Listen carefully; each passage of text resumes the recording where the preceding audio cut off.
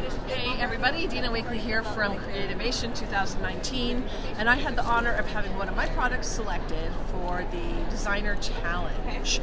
So we picked the pouring medium and we asked a bunch of designers to do their interpretation of the product. Sent them paints and supplies and pouring medium, and this is what we came up with. So here's my piece. Mine was one giant pour. This is a piece of the box that I had poured in. I just thought it looked really cool. And then this is some of my collage tissue on top, and some of my collage collective, the collage paper book with the hearts cut from that. They were just the perfect color. They matched the pink, the magenta that's in my pour. So that one is mine, and now let's look at everybody else's interpretations. So this is Kathy. How do you say Kathy's last name? Paglia. Paglia. I always want to put the G silent, say Paglia or something. This is Kathy's. Kathy is the sorcerer at Ranger, and she is just as addicted to pouring as I am. She helped me test tons of the pouring mediums, so she did this cool pour. I mean, it looks like stone. It looks like granite cut. And then hers is unique because she ice resined. I don't know if that's a verb, but it is now. She added a big layer of ice resin and even some glitter on her piece. And that's why it's super, super shiny. And it just makes the colors really pop. And remember, that's the little stamp. That's my dad. That's my dad, one of his childhood photos.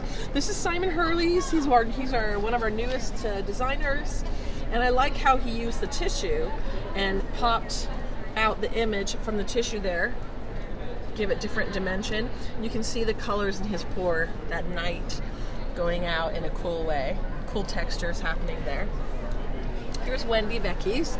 And I love this because it's so different, of course, than what I would do, because I like my 1980s neon pop colors, and hers is so Wendy. This looks like leather, I think. Or suede, or an old saddle or something like that. So it's really cool what she was able to accomplish with the pour.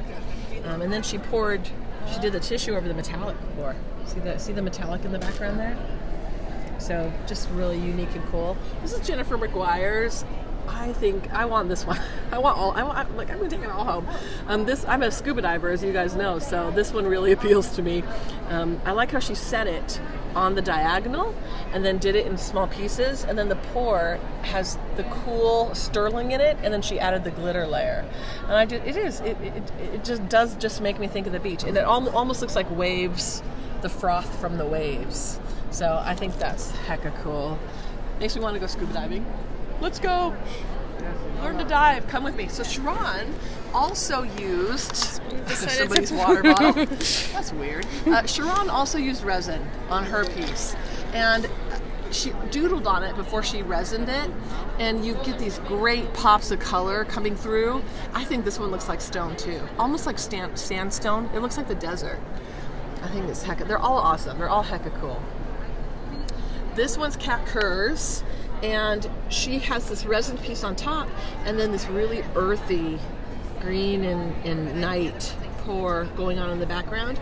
And this black and craft element is one of my rubber stamps, so she used that as a supporting element. And I love the touch of orange in the pour right there. Isn't that kind of fun? Then she repeated it here and here to get her repetition. This is Jessica Sanders. Is this not gorgeous? This one also might end up disappeared. Beautiful face that she painted, and then the pour is part of the illustration. It comes off like hair and like the night sky. So cool.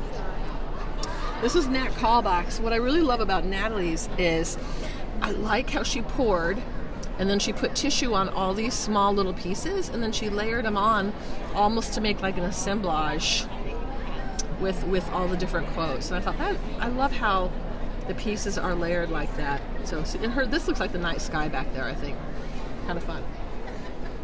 This one is Mary Beth Shaw's, and Mary Beth is just another awesome artist. All these ladies are awesome artists, and men. I really love how she started with the collage in the background, and then the poured pieces really pop. So she didn't do the poured foundation. Her pieces that are poured are on the top, which is really cool. And then she, of course, repeated colors so that she could have some rhythm and unity throughout it. And I just think it creates a nice composition. Really cool. This is Julie Faye Van Balzer's, another night sky idea with the stars, and look at the pour at the top with the pink. That's magenta and lemon and white coming down. To me, this looks like a nebula, doesn't it? Look, you know, it looks celestial, which also makes sense with the stars. Isn't that cool? So just enjoy that. I'd like a skirt made out of that fabric. Like that pour in the skirt would be really cute. It's really pretty. I like the colors. And too. So this is Rachel Grieg. Another almost night sky idea. Really pretty colors with the hints of metallic. Sorry, I've had a throat tickle all day. And then she poured a contrasting color on this piece so that it would pop against the background. And I thought that is a clever idea. Gosh, excuse me. That's my dad again, by the way. Isn't he so cute? These are just random cabinet cards that I bought, but that one is my dad. This is Danny Choates. Danny is a talented artist from Australia. I like how hers looks cellular. Like she's got these little nebulas of pores. You can see the cells coming through. They're super cool. And I like how she used the tape on there. I think the tape adds a lot of oomph. Helps actually the tape brings the same colors out from the pour and creates a really good repetition. So all these artists are so talented. It's just so fun to see how they interpret it. Jen Shirkus, another beach one that I want to keep. I need a beach room. She did the pours and then she cut these waves shape and the mermaid shape. And just so clever. I mean, that does look just like water. The way the foam falls in the waves. So super cute and fun.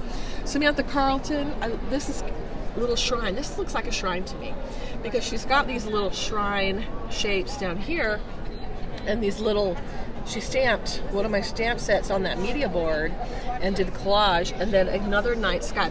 I really love the way the olive here plays with the eggplant. I just think that's a cool effect in that part. And then she added stenciling too that comes through at the top. Ray's is another one. This is Ray Missigman's. That every time you look at it, you notice something different because it is so layered, which is very typical of Ray. She's awesome at those art marks and layers, and it's really inspiring. I love her doodle. So remember, my pouring medium, once it's dry, it dries to a satin finish. That means that it's not super, super slippery, and you can doodle on it with paint pens. So here you see she's done exactly that, and Sharon also did that too. So paint pens work just great on the pouring medium. And then if you want it to be glossy, we may have something up our sleeves for you for that in the future, but you also have the resin, which you could make it really glossy and durable.